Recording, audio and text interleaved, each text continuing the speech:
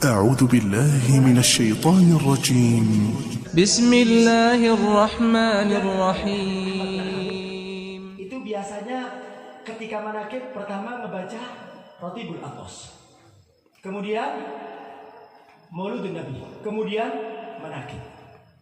Yang pertama kita baca Rotibul Atos. Kalau kita baca Rotibul Atos, begitu kita mau mengirim Fatihah kepada Al-Habib Umar bin Abdurrahman Al-Attas, Thumma ila Al-Habib Umar bin Abdurrahman Al-Attas wa Syekh Ali Baros. Setiap Fatihah kita yang kita sampaikan kepada Habib Umar bin Abdurrahman Al-Attas, maka tidak boleh lepas untuk menyampaikan kepada Syekh Ali Baros. Siapa itu Syekh Ali Baros? Apakah beliau seorang yang hebat? Apakah beliau seorang wali? Tidak. Syekh Ali Baros adalah seseorang yang dikatakan oleh para ulama menuntut ilmunya lebih sedikit daripada dia berkhidmat kepada Al-Habib Umar bin Abdurrahman Al-Attas. Ini Syekh Ali Baros, ibadallah, berkhidmat sedikit sekali menuntut ilmunya, tapi beliau berkhidmat di hadapan Al-Habib Umar bin Abdurrahman Al-Attas. Pernah sampai disatukan cerita, ibadallah, ketika beliau sedang duduk bersama Al-Habib Umar bin Abdurrahman Al-Attas bersama para santrinya, salah satunya adalah Syekh Ali Baros. Syekh Ali Baros itu biasa suka memijit daripada kakinya Al-Habib Umar bin Abdurrahman Al-Attas karena beliau berkhidmat. Ketika sedang duduk, kemudian Al-Habib Umar mengatakan, sebentar lagi ada orang yang ngetok pintu.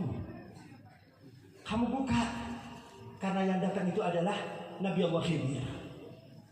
Sebentar lagi Nabi Allah Khidir datang. Masya Allah. Beliau tahu karena beliau adalah mukasyif. Beliau tahu karena beliau dibuka hijabnya oleh Allah Ta'ala.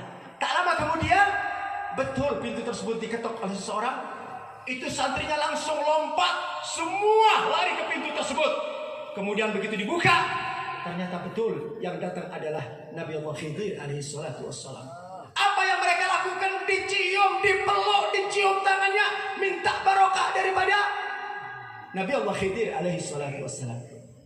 Tapi yang menarik, ibadah Allah, itu santri semua lari ke sana kecuali Syekh Ali Baros.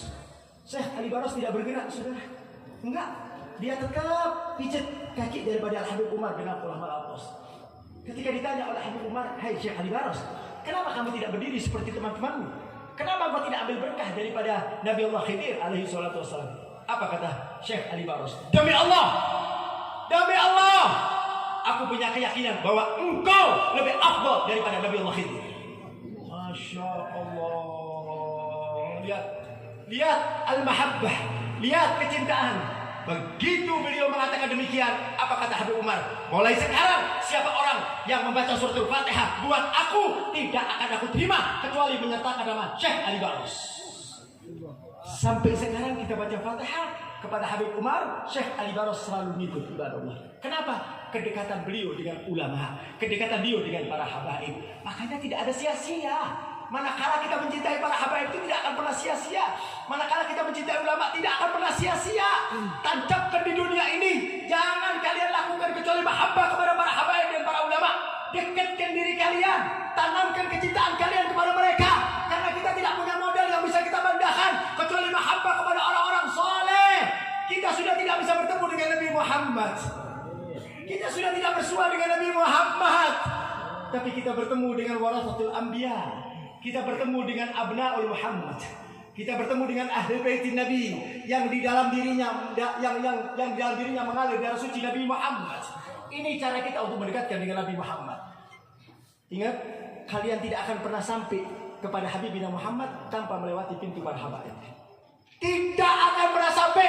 Sehebat apapun ilmu kalian, sehebat apapun kepintaran kalian, kalian tidak akan pernah sampai untuk mendapatkan kemuliaan dari Nabi Muhammad kecuali kalian mencintai para habaib.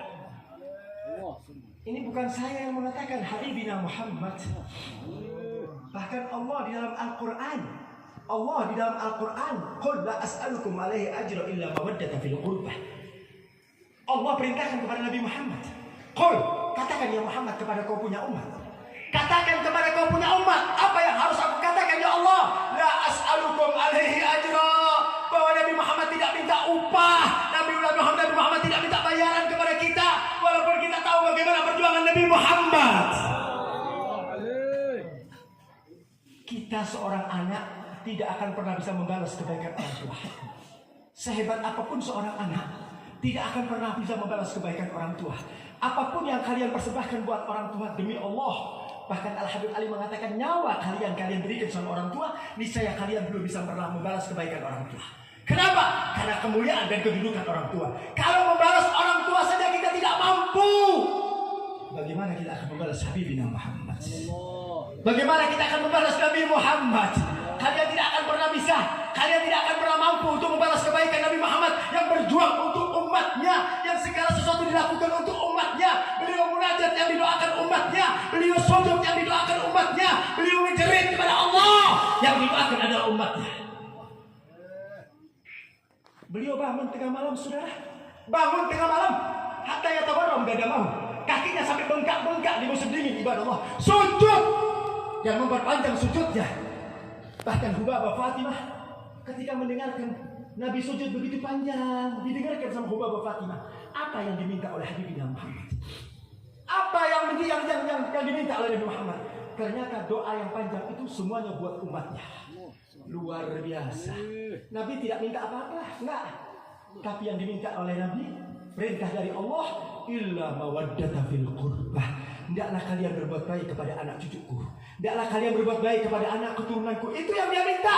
Enggak, Nabi enggak minta apa-apa. Nabi tidak minta upah, Nabi tidak minta uang. Illa mawaddata fil qurbah. Hendaklah kalian berbuat baik kepada anak keturunanku. Hendaklah kalian berbuat baik dengan para habaib. Kenapa ini saya tekankan ibadah Allah? Karena sekarang banyak bukan saja masyarakat awam, tapi para kiai, para ulama yang mengerti tentang dalil, yang mengerti tentang ayat, yang mengerti tentang hadis, tapi mereka tidak lagi mencintai para habaib. Mereka bangga dengan keilmuannya, mereka bangga dengan surbannya, mereka bangga dengan apa yang mereka miliki, sehingga mereka menyepelekan para habaib, menghina para habaib, mengecilkan para habaib. Demi Allah, kalian tidak akan pernah mendapatkan syafaat Nabi Muhammad. Jangan kalian banggakan itu semuanya, jangan. Karena pintu untuk mencapai ridhonya Allah dan ridho Nabi Muhammad kecuali pintu daripada pintunya para habaib. Oleh karena itu, ini satu kesempatan buat kita. Kita bisa duduk di majelis Nabi Muhammad dan sekaligus bisa duduk dengan para habaib, dengan para ulama, warasatul anbiya. Mudah-mudahan Allah Subhanahu wa taala akan mengangkat kedudukan dan derajat kita. Amin ya rabbal amin ya rabbal. Silakan kalau mau sawer, yuk kita bareng-bareng baca qasidah. Allahumma shalli wa sallim. آمين يا الله يا رحمن يا رحيم أنت الجواد العليم وأنت نعم المعين.